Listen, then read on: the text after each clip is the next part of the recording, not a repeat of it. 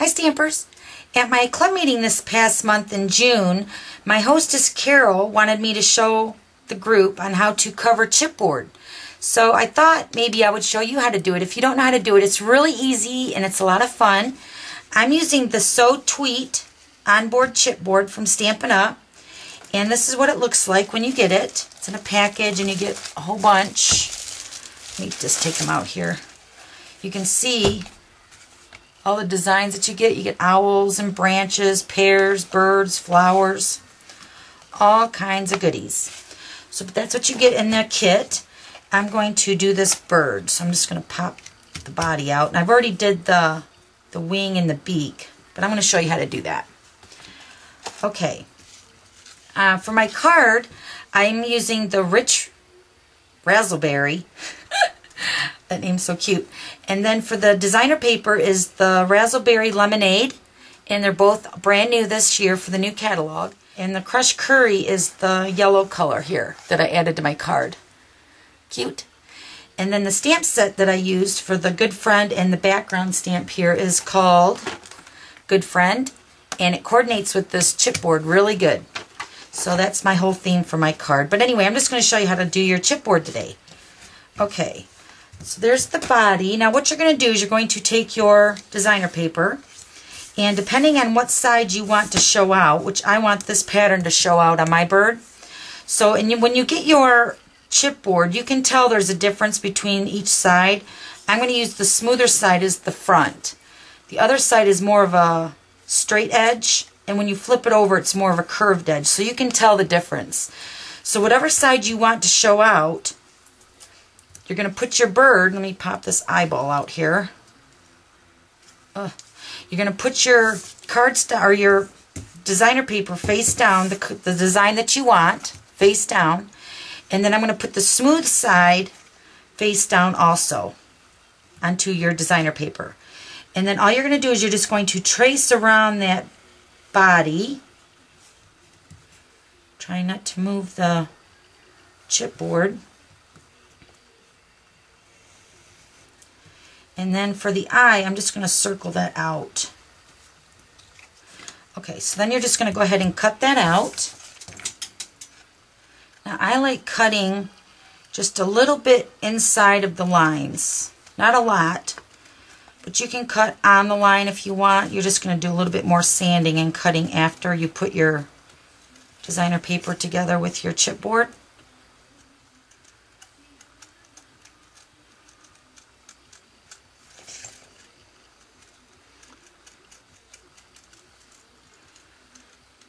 Okay, so there's the bird's body.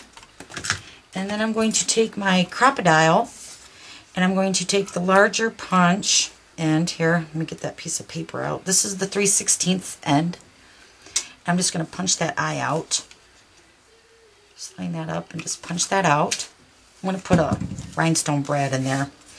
Okay, so now for the chipboard, I'm going to take my glue stick. Great. The glue sticks are really great. But you can use the Tombow Multi also if you want. Okay, now remember the side that you want to show out is what I'm going to put the glue stick on. So I'm just going to rub that across the chipboard.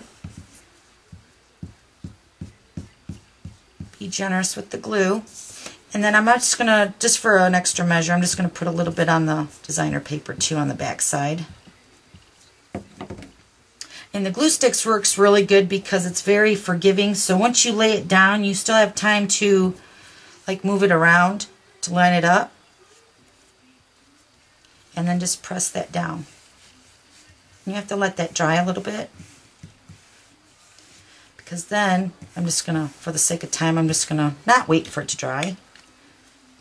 So then you're going to take your sanding block. Now see on the back side, you can see there's a little bit of an edge to your designer paper sticking over. Now you can also take your scissors if you want and just trim that around.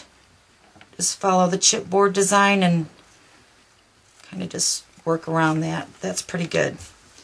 Okay, so then you would take your sanding block, and of course you'd wait till it's dry so you can get a better grip to that chipboard there, but you're going to file going downward, not going up because it's still wet. Just go down And you're just going to file that around the edges of your chipboard. And it gives it that round finished look.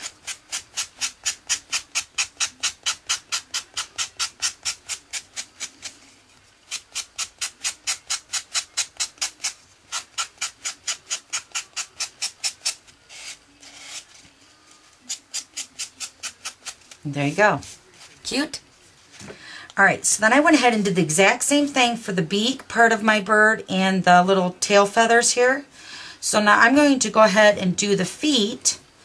Now the feet are also in the chipboard, but I am not going to cover that. That is too tiny. So I'm going to use the Rich Razzleberry, the new in color. I'm just going to take a dabber. Let me get a piece of scrap paper here. And I'm just going to color the feet, which I already did this one. So I'm just going to apply the ink. And that's it. Pretty easy. Okay. And then for the large rhinestone brad that I have here, I used the rhinestone brads from the Pretties kit. I have a video on that also. You can look in my gallery. I'm just going to put that in there for his eye. Okay. Now to adhere the bird together, this is the Tombow Multi. It's a liquid glue from Stampin' Up. And depending on where you want to put it, your pieces for your bird, just kind of eyeballing it here. I'm just going to put mine right here. I'm just going to apply some glue right there. Just set that right on there. This will take some time to dry.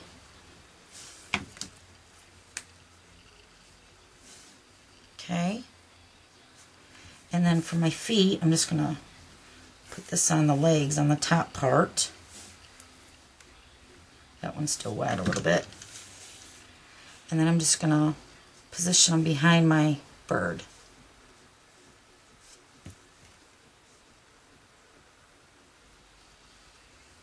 Like that. Isn't it cute? Love it. Okay, so that's what I did for this card. Alright, thanks for stopping by. We'll see you later. Bye.